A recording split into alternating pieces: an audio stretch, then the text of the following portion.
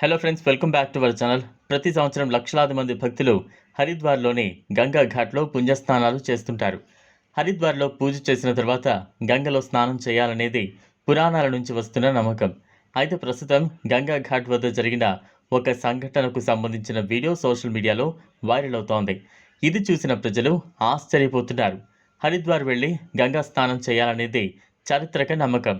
సముద్ర మథనం సమయంలో హరిద్వార్లోనే కొన్ని అమృతపు చుక్కలు పడ్డాయని, అందుకే గంగా నదిలో స్నానానికి మరింత ప్రాముఖ్యత ఉందని చెబుతారు. ప్రతి సంవత్సరం పెద్ద సంఖ్యలో ప్రజలు స్నానానికి హరిద్వార్ చేరుకుంటారు.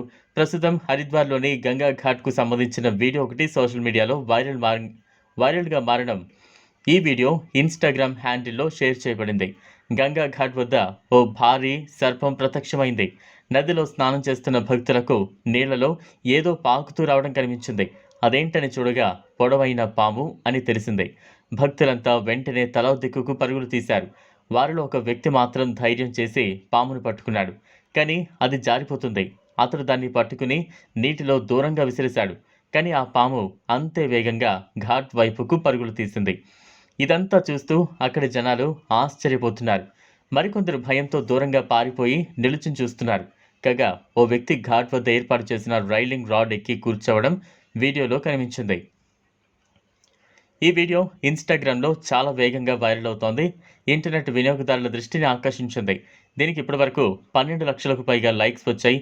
ఇది మాత్రమే కాదు, ఈ వీడియో 1.2 మిలియన్స్ వ్యూస్ను కూడా సాధించింది.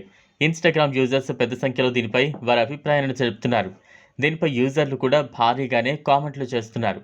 ఆ వీడియో కింద కొన్ని కామెంట్స్ చూస్తే ఒక వ్యక్తి ఇలా రాశాడు: పాము బయటకు రావడానికి ప్రయత్నిస్తోంది.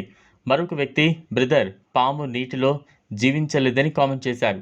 మూడో వ్యక్తి, బ్రదర్, ఆ పామును పట్టుకుని సురక్షితంగా వేరే చోట వదిలిపెట్టండి. చిన్నపిల్లల నుంచి వృద్ధుల వరకు గంగా ఘాట్లో స్నానానికి వచ్చే ప్రాంతం. ఎవరినైనా కాటు వేస్తే ఎవరు బాధ్యులు అంటూ కామెంట్ బాక్స్లో రాశారు. ఇది ఫ్రెండ్స్ ఇవాల్టి వీడియో. ఈ టాపిక్ పై మీ అభిప్రాయాన్ని కామెంట్ బాక్స్లో కామెంట్ చేయండి. ఈ వీడియో కనుక మీకు నచ్చినట్లయితే లైక్ చేయండి, షేర్ చేయండి, ఛానల్ను సబ్స్క్రైబ్ చేసుకోండి. థ్యాంక్స్.